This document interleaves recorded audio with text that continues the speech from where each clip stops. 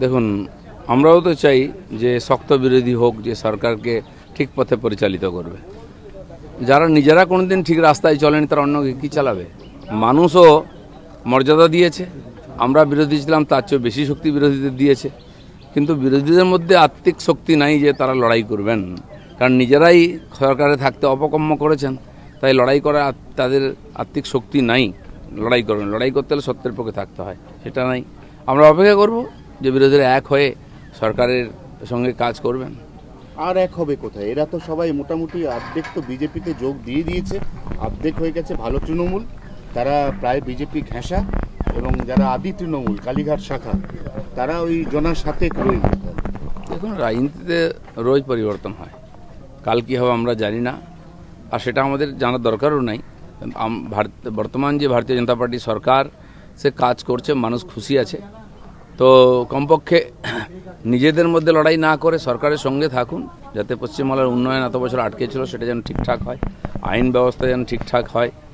বিরোধিতা করতে গিয়েও একসঙ্গে থাকতে পারছেন না, সেখানে পরস্পর বিরোধী হয়ে যাচ্ছেন। এটা তো ঠিক নয়। এবার বাকি পার্টি ওনারা ঠিক করবেন কি করবেন।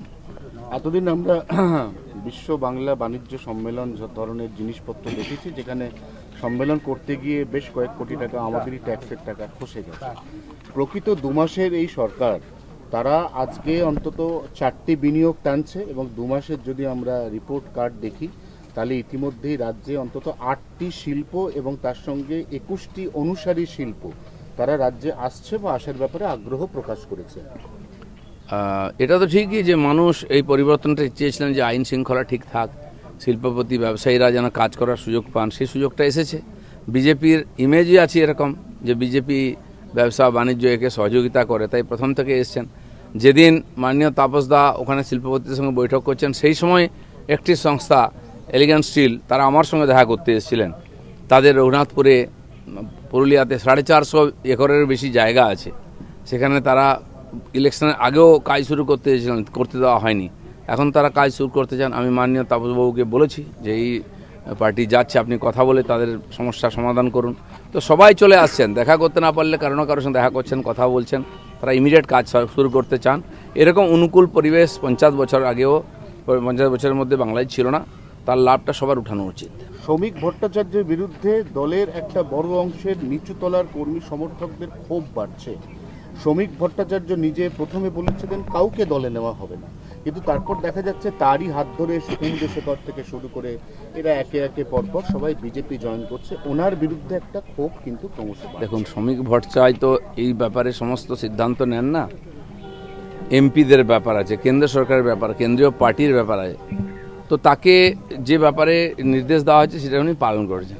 তবে এটা ঠিক যে পশ্চিমবাংলার বর্তমান যে পরিস্থিতি আছে, এখানে যে ধরনের রাজনৈতিক গতিবিধি চলছে তার একটু বিপরীত দিশাতে এটা হয়েছে, সেজন্য তাকে টার্গেট হতে হচ্ছে। কিন্তু আমাদেরও রাজ্যসভাতে মেজরিটি চাই। কেন্দ্র সরকারকে যদি কাজ করতে হয়, বিল পাস করাতে হয়, তাহলে আমাদের 2 সভাতেই মেজরিটি লাগবে। আর যদি অন্য কোনো পার্টির লোক আমাদের হয়ে সমর্থন করতে চায়, কাজ করতে চায়, তাকে আমাদের পার্টি সুযোগ দিয়েছে। তারা রাজ্যসভা সদস্য ছিলেন, কেবল দলের সিম্বল পাল্টে আমাদের এমপি হিসেবে ওখানে থাকবেন। এই লোকগুলো সম্বন্ধে আমার বিশেষ জানা নেই। সুখেন্দুবাবু খুব পুরনো লোক, তার সঙ্গে আমার লোকসভায় 2-1বার কথাও হয়েছে, কিন্তু তাকে কেউ বদমাশ লোক বলবে না বা এইসব কাজে ওনাদের নাম নাই। আর তিনি একমাত্র ব্যক্তি যিনি টিএমসির নীতির বিরোধিতা করেছেন, আমরাও করেছিলাম, উনিও করেছিলেন, তার জন্য তাকে সাসপেন্ড হতে হয়েছিল। আরজি করে তিনি হৃদয়ের কথা বলেছিলেন, তার মেরুদণ্ড আছে। তো এই ধরনের লোককে যদি পার্টি জায়গা নেয়, সেটা কেন্দ্রীয় পার্টির সিদ্ধান্ত, সেজন্য তাকে সব ব্যাপারে শ্রমিকদাকে টার্গেট করতে হবে এরকম কোনো মানে নেই। হাইকোর্ট অভিষেক ব্যানার্জির উপর বেজায় খাপ্পা। অভিষেক ব্যানার্জি এখনো পর্যন্ত কিছুতেই ডিজে মামলায় তার যে ভয়েস স্যাম্পল, কণ্ঠস্বরের নমুনা, এটা জমা দিচ্ছেন না, বারবার রক্ষা কবচ চাইছেন। কালকে হাইকোর্ট পরিষ্কার জানিয়ে দিয়েছে যদি আপনি ভয়েস স্যাম্পল না দেন, আপনাকে যে রক্ষা কবচটা আমরা দিয়েছি এবার কিন্তু সেটা উইথড্র করুন। এরা নিজের স্বার্থে কোর্টকে ব্যবহার করে, কিন্তু কোর্ট যখন ন্যায়ের জন্য কোনো নির্দেশ দেয় সেটা মানে না। এটা মুখ্যমন্ত্রীও করতেন, তার ভাইপোও করতেন। তিনি যখন তার বিরুদ্ধে এ ধরনের মামলা হয়েছে, সিবিআই বারে কোর্টে গিয়ে তার রক্ষা কবচ নিয়েছেন। আজ কোর্ট যখন বলছে সহযোগিতা করুন, এবং উনি কথাও দিয়েছেন সহযোগিতা করবেন, আজ উল্টো করছেন। উনি তো বারে কোর্টে গেছেন, বিভিন্ন সিবিআই ইডি থেকে সবার কাছে সামনে গেছেন, তো ওরা জিজ্ঞাসাবাদ করেছে, কোন তো ভয় পাওয়ার কোনো কারণ ছিল না। আজকে একটা ভয়েস স্যাম্পল দিতে ভয় কেন? তার মানে ডাল মে কুচ কালা হয়। ওনারা যে ধরনের কথা বলেছেন, যে ধরনের কাজ করেছেন, উস্কেছেন লোকেদেরকে, তা তো ফল ভোগ করতে হবে, বিচারের সামনে আসতেই হবে। কিন্তু কণ্ঠস্বর পরীক্ষা দিতে যাওয়ার সময় যাতে ডিম না ছোড়া হয় সেই কথা বলা হচ্ছে। না না, আমিও সেটা বলবো, বিচার ব্যবস্থা বিচার করবে, পুলিশের দায়িত্ব আছে সুরক্ষা দেওয়ার। কিন্তু আমরাও তো এই কথা আপিল করতাম, এই ধরনের কোনো দুর্ঘটনা হলো আমরা যেতাম, কোনো অনুষ্ঠানে জেলায় প্রোগ্রাম করতে যেতাম, এই টিএমসি দুষ্কৃতকারীরা ঘিরে ধরে গাড়ি ভাঙতো, ইট পাটকেল মারতো, মাথা ফাটাতো আমাদের কর্মীদের।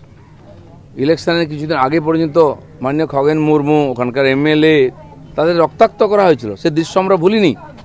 তো তার বদলে যদি একটা ডিম খেতে হয়, কি অসুবিধা আছে? ডিম তো বাড়িতে খান, বাইরেও একটু খান, হয় সেদ্ধ করে খেতেন, নাহলে কাঁচা খান। এরা কোনোদিন সেই দুষ্কৃতকারীদের কাজের বিরোধিতা করেছে? ডায়মন্ড হারবারে বারবার অপমান হতে হয়েছে, মারপিট, আমাদের বাড়ির লোকেরা বাড়ি ছাড়া ছিল 5 বছর। উনি গেছেন কোনোদিন, তাদের কথা শুনেছেন? কোনোদিন নিন্দা করেছেন এগুলো ঠিক নাই, জাহাঙ্গীরদের দাদাগিরি? তো আজ এত কষ্ট হয়েছে, একটা ডিম খাবেন আপনি সসম্মানে, খান না। তবুও আমি বলবো পুলিশ প্রশাসনকে আদালতের কাজে যেন বাধা না হয়, সেই জন্য আপনারা আইন শৃঙ্খলা ব্যবস্থা ঠিক করুন। যারা অ্যাপিয়ার হবেন কোর্টে, তারা যেন পৌঁছতে পারেন সেই ব্যবস্থাও করুন, যাতে বিচার ব্যবস্থা সুচারুরূপে চলে। থ্যাংক ইউ দাদা। আমাদের ভিডিও ভালো লাগলে লাইক এবং শেয়ার করুন। কমেন্ট সেকশনে গিয়ে জানান আপনাদের মতামত।